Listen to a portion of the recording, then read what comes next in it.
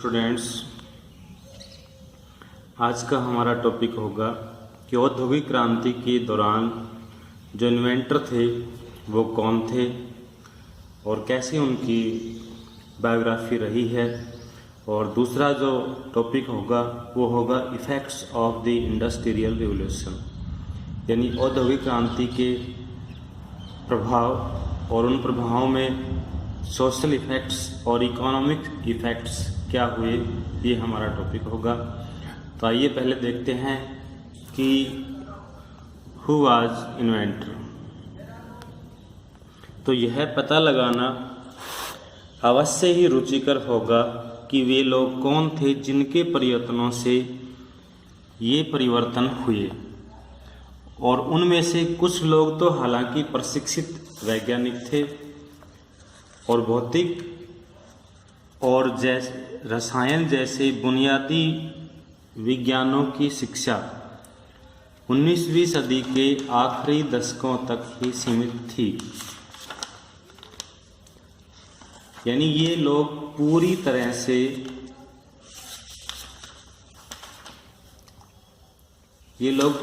से भौतिक और रसायन के सिद्धांतों पर डिपेंड नहीं थे।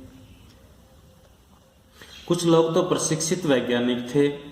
भौतिक रसायन जैसे बुनियादी विज्ञानों की शिक्षा जो कि 19वीं सदी के आखिरी दशक तक ही सीमित थी, और जितने ऊपर टेक्नोलॉजिकल चेंजेस जो बताए गए हैं, चूँकि इन आविष्कारों को संपन्न करने के लिए पूरी तरह से भौतिक या रसायन विज्ञान के उन सिद्धांतों या नियमों की पूर्ण जानकारी होना जरूरी नहीं था जिन सिद्धांतों पर ये आविष्कारक डिपेंड थे। ये जो आविष्कार हुए हैं ये मेनली उनके अथक प्रयास और उनकी लगनशीलता के कारण ये सिद्धांत संपन्न हुए। और उन्हें इस तथ्य से भी सहायता मिली कि इंग्लैंड में कुछ ऐसी विशिष्टताएं थी जो अन्य यूरोपियन देशों में नहीं थी। इंग्लैंड में 1760 से 1800 के बीच दर्जनों वैज्ञानिक पत्रिकाएं, अनेक वैज्ञानिक संस्थाओं द्वारा अनेक शोध पत्र प्रकाशित किए गए थे। यहाँ तक कि छोटे छोटे कस्बों में भी जो नॉलेज बेस ज्ञान था वो सर्वत्र फैलाया जा रहा था। इस प्रयास को कला सोसाइटी यानी सोसाइटी ऑफ आर्ट 1754 में स्थापित क्रियाकलापों द्वारा, घूमने फिरने वाले वक्ताओं द्वारा और काफ़ी हाउसों में, जिनकी संख्या 18वीं शताब्दी में जाकर के कई गुना बढ़ गई थी, उनमें ये विचार लोगों के साझे किए जाते थे। यानी जो व्याख्या करता थे वो जगह जगह लोगों में ज्ञान की भावना जगा रहे थे, जिनके कारण सामान्य पृष्ठभूमि वाले व्यक्ति भी आविष्कार करने की सोच रहे थे। अधिकतर आविष्कारक वैज्ञानिक ज्ञान के अनुप्रयोग की अपेक्षा दृढ़ता, रुचि, जिज्ञासा, यहाँ तक कि भाग्य के बल पर ही हुए। जैसे कि कपास उद्योग के कुछ आविष्कारक जैसे जॉन के और जेम्स हारग्रीव्स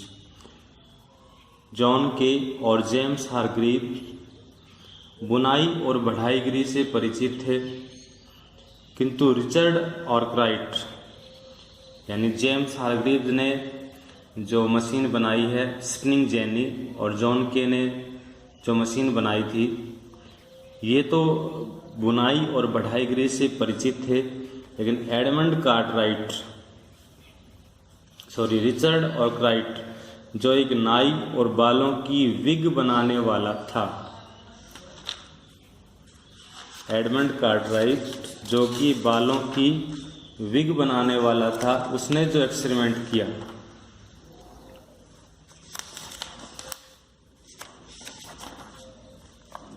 उसने जो मशीन बनाई थी उसका नाम था पावरलूम मशीन बनाई थी, जिस मशीन की सहायता से धागे की बुनाई बिना किसी परेशानी के की जा सकती थी। लेकिन वो एक आविष्कारक नहीं था, बालों की विग बनाता था, लेकिन बना दी उसने पावरलूम नामक मशीन। इसी तरह सैमुअल क्रॉम्पटन तकनीकी दृष्टि से कुशल नहीं था और एडमंड कार्टराइट ने भी साहित्य, आयुर्विज्ञान और कृषि का अध्ययन किया था। प्रारंभ में उसकी इच्छा थी, वो पादरी बनने की थी और उसको मशीनरी के बारे में बहुत कम नॉलेज थी। ऐसे ही जैसे अगर भाप के इंजन के क्षेत्र में थॉमस सेवरी की बात की जाए तो थॉमस सेवरी भी एक सैन्य अधिकारी था और उसने भाप का इंजन का इन्वेंशन किया था। थॉमस न्यूकोमैन एक लोहार था और ताले बनाता था और जेम्स वाट का भी यंत्र संबंधी कामकाज की ओर बहुत कम झुकाव रहा था। उन सब ने अपने अपने आविष्कार के प्रति कुछ संगत ज्ञान अवश्य था। ऐसे ही सड़क निर्माता जॉन मैटकॉफ, जिसने व्यक्तिगत रूप से सड़कों की सतह का सर्वेक्षण किया था और उनके बारे में योजना बनाई थी। आश्चर्यजनक बात है कि जॉन मैटकॉफ, जिसने सड़क की सतह का सर्वेक्षण किया था और उसके बारे में प्लानिंग बनाई थी, वो जन्म से अंधा था। नहर निर्माता जेम्स ब्रिंडले तो लगभग अनपढ़ था। शब्दों की वर्तनी यानी शब्दों की अगर लिखने की बात की जाए या बोलने की बात की जाए तो उसका ज्ञान इतना कमज़ोर था कि वह नौचालन शब्द की सही वर्तनी कभी नहीं बता सका। यानी नेविगेशन, नौचालन की जो सही वर्तनी है वो कभी नहीं बता सका, लेकिन उसमें गजब की स्मरण शक्ति और गजब की कल्पना शक्ति कारगर हमेशा हिलौरे रही है।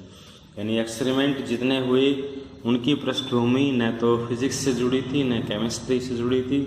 हालांकि नॉलेज के मामले में और लगनशीलता के मामले में किसी दृष्टि से उनकी ज्ञान कम नहीं था, लेकिन अभी बताया जा रहा है जैसे कि जॉन के और जेम्स हारग्रीव्स बुनाई और बढ़ाईगिरी से तो परिचित थे, लेकिन मशीनी ज्ञान इतना नहीं था। ऐसे ही रिचर्ड आर्कराइट एक नाई और बालों की विग बनाने वाला था, लेकिन पावरलूम नाम की मशीन बनाई। ऐसे ही सैमुअल क्रॉम्पटन तकनीकी दृष्टि से कुशल नहीं था, लेकिन म्यूल नाम की मशीन बनाई। इसी तरह भाप के इंजन के क्षेत्र में थॉमस सेवरी एक सैन्य अधिकारी था, लेकिन शुरुआती जो वेल्चर इंजन था वो उसी ने बनाया था। जेम्स वाट का यंत्र संबंधी कामकाज की ओर बहुत झुकाव था, लेकिन आविष्कार के प्रति उसे भी इतना ज्ञान नहीं था। और दूसरा जॉन मैटकॉफ, जिसने सड़कों की योजना बनाई थी, सड़कों की सतह सरफेस का उसने अध्ययन किया था, सर्वेक्षण किया था, वो जन्म से अंधा था। और जेम्स ब्रिंडले, जिसने नहर बनाने की शुरुआत करवाई थी, वो बिल्कुल अनपढ़ था। तो ऐसे आविष्कार थे। आइए आप आगे देखते हैं कि औद्योगिक क्रांति के दौरान क्या परिवर्तन आए लोगों के जीवन में।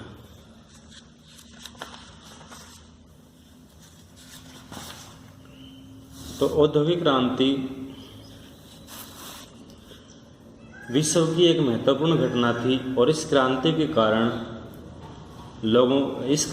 कारण जो परिणाम निकले उनके दूरगामी और आने वाले जो चेंजेस थे वो देखने को मिले। हालांकि यह मानव जीवन के लिए एक वरदान सिद्ध हुई और दूसरी ओर अभिशाप भी सिद्ध हुई, क्योंकि इसने लोगों के जीवन को पूरी तरह से बदल दिया था। कुछ लोग धनवान हो गए थे तो कुछ लोगों को काम धंधा मिल भी गया था, तो कुछ लोगों का काम धंधा छिन भी गया था। जैसे कि हैंडलूम क्राफ्ट, जो छोटे आविष्कारक थे या छोटी इंडस्ट्रियां थी, वो लगभग समाप्त हो गई थी। वास्तव में औद्योगिक क्रांति ने एक नए युग का सूत्रपात किया और कहते हैं कि औद्योगिक क्रांति ने यूरोपियों के जीवन को इतना प्रभावित किया कि शायद फ्रांस की क्रांति ने भी नहीं किया। औद्योगिक क्रांति जो समाज के जो आर्थिक और तकनीक पहलू पर महत्वपूर्ण प्रभाव डाला। और जैसे कि अगर बात करें हम सोशल चेंजेस की कि इसकी सामाजिक प्रभाव क्या पड़े, तो औद्योगिक क्रांति का सबसे बड़ा प्रभाव यह पड़ा कि ब्रिटेन की जो जनसंख्या से, इसकी शुरुआत जो लंदन में हुई है, ब्रिटेन जो देश था इसका अग्रणी, तो वहाँ की जनसंख्या में असाधारण वृद्धि हुई।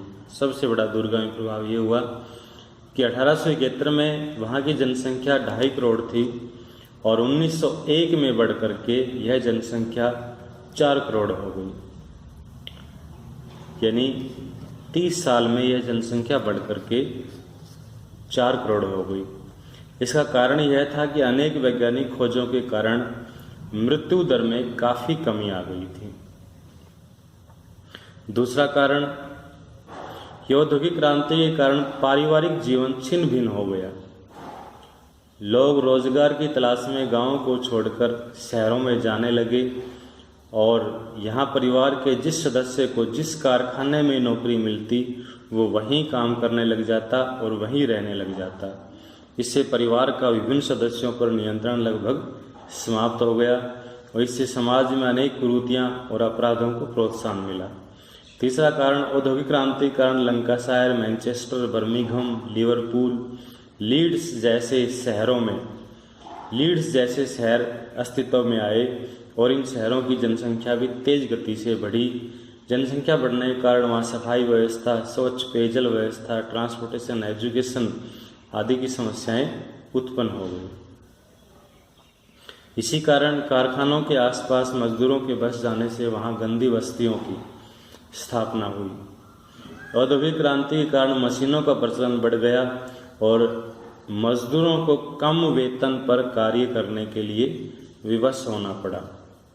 उद्योगों में छोटे छोटे बच्चे और स्त्रियां भी काम करने लग गए और उनसे बहुत खतरनाक कंडीशंस में काम करवाया जाता था और वास्तव में उनका जीवन था जो बद से बदतर हो गया था और काफ़ी बार तो उनकी मृत्यु ही कारखानों में हो जाती थी और उन्हें किसी भी प्रकार की सिक्योरिटी यानी मुआवजा नहीं मिलता था। और सबसे जो मेन रिजल्ट आया कि औद्योगिक क्रांति के कारण ब्रिटेन का जो समाज था वो 2 भागों में बट गया, एक पूंजीपति और दूसरा मजदूर वर्ग, और दोनों ही वर्गों के जीवन में बहुत बड़ा अंतर रहा था। दूसरा, अगर आर्थिक प्रभाव की बात की जाए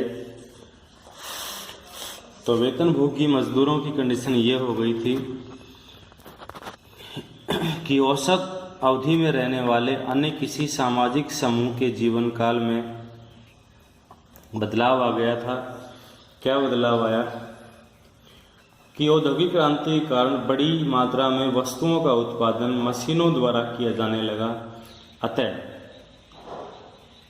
जो हाथ से बनाई गई वस्तुएं थी उनकी डिमांड काफ़ी कम हो गई थी।